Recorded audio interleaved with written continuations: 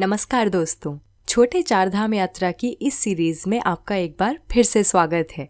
आज हम चर्चा करेंगे यमुनोत्री धाम की, जो चारधाम यात्रा का पहला पड़ाव है और यमुना नदी का उद्गम स्थल भी। आपसे अनुरोध है, आगे बढ़ने से पहले इस चैनल को सब्सक्राइब कर बेल आइकॉन को भी टैप कर दें।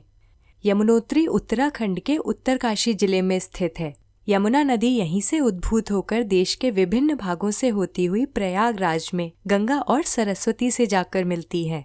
यमुनोत्री समुद्र तल से 6,315 मीटर ऊंचाई पर बर्फ से ढके बंदरपूछ पर्वत के पश्चिमी किनारे पर स्थित है। यमुना का वास्तविक स्रोत सप्तऋषि कुंड है, जिसमें जल चंपासर ग्लेशियर से प्रवाहित होकर आता है।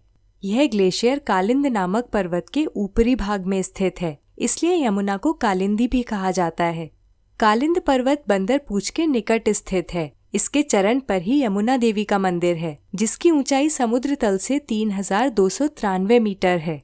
सप्तऋषि कुंड यमुनोत्री से 12 किलोमीटर की दूरी पर स्थित है और यहाँ तक पहुँचने के लिए यात्रियों को बहुत कठिन चढ़ाई करनी पड़ती है।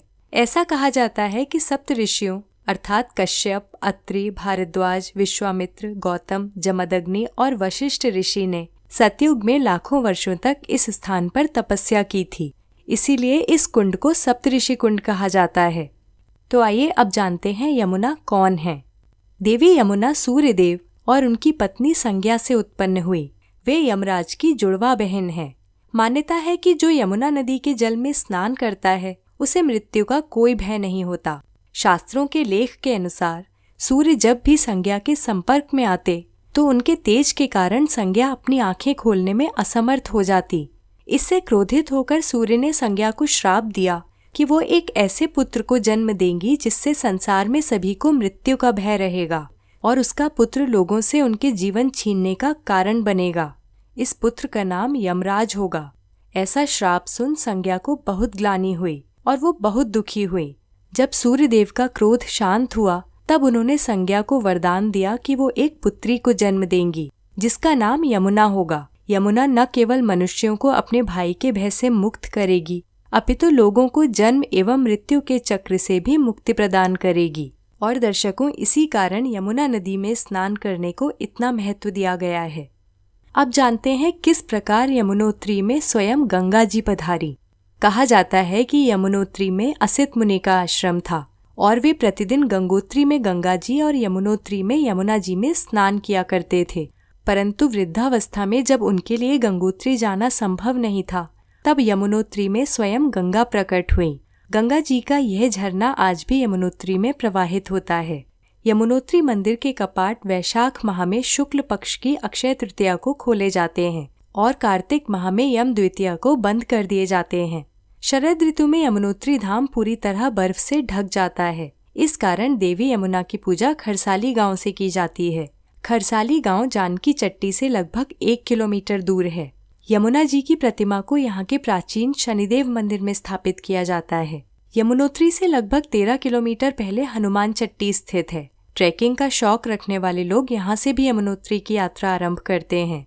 हनुमान चट्टी से लगभग 6.5 किलोमीटर पर गंधक के गर्म पानी के स्रोत हैं। हनुमान चट्टी से यमुनोत्री के बीच में ही जानकी चट्टी स्थित है। यमुनोत्री तक पहुंचने के लिए जानकी चट्टी से लगभग 5 किलोमीटर की पैदल यात्रा करनी होती है। जिन यात्रियों को पैदल चलने में कठिनाई है, उनके लिए यहाँ से पालकी, घोड़े और पिट्ठू की भी सुविधाएं उपलब्ध हैं। सूर्य कुंड। यमुना देवी के मंदिर के पास सूर्य कुंड स्थित है, जिसे बहुत ही पवित्र माना जाता है। ऐसी मान्यता है कि सूर्यदेव स्वयं ही इस कुंड में विराजमान है। मित्रों, सूर्य कुंड गर्म पानी का कुंड है और ठंड के मौसम में भी इस कुंड के जल के तापमान पर कोई प्रभाव नहीं पड़ता। उच्चतम तापमान वाले इस कुंड से गर्म पानी की 2 धाराएं 2 तप्त कुंडों तक जाती हैं। कुछ धार्मिक मान्यताओं के अनुसार सूर्य कुंड के पवित्र जल में स्नान करने से यमराज की यातनाओं से मुक्ति प्राप्त होती है। मित्रों, व्यवहारिक दृष्टि से देखा जाए तो गर्म पानी के कुंड में स्नान करने के स्वास्थ्य संबंधी अनेक लाभ हैं। इस जल में स्नान करने से होने वाले लाभों की चर्चा हम वीडियो के अंत में करेंगे। यात्री इस कुंड में चावल, आलू आदि खाद्य पदार्थों को पकाते हैं। पकने के पश्चात यमुना देवी को इसका भोग लगाया जाता है और फिर यात्री इसे प्रसाद के रूप में ग्रहण करते हैं। मंदिर के बराबर में ही दिव्य शिला स्थित है, जिसकी पूजा यमुना से पहले की जाती है। मान्यता है कि इस शिला की पूजा के बिना यमुना देवी की पूजा अधूरी रहती है। आइए अब बात करते हैं गर्म पानी के कुंड में स्नान करने के क्या लाभ हैं। मित्रों, गर्म पानी के कुंड में गंधक की उपस्थिति के कारण अनेक औषधीय गुण पाए जाते हैं। अनेक चर्म रोगियों ने अनुभव किया है कि इस जल में बार बार स्नान करने से सोराइसिस जैसे भयावह रोग भी ठीक हुए हैं। इसके अतिरिक्त एक्जिमा, खुजली, कुष्ठ रोग जैसे रोगों में भी ये जल बहुत लाभकारी होता है। और दर्शकों, इसी के साथ समाप्त होती है आज की कड़ी। आशा है आपको यह जानकारी पसंद आई। ऐसे ही और भी एपिसोड्स देखने के लिए हमारे चैनल को सब्सक्राइब करें। जल्दी मिलेंगे आपसे एक नई जानकारी के साथ। यह वीडियो देखने के लिए आपका धन्यवाद।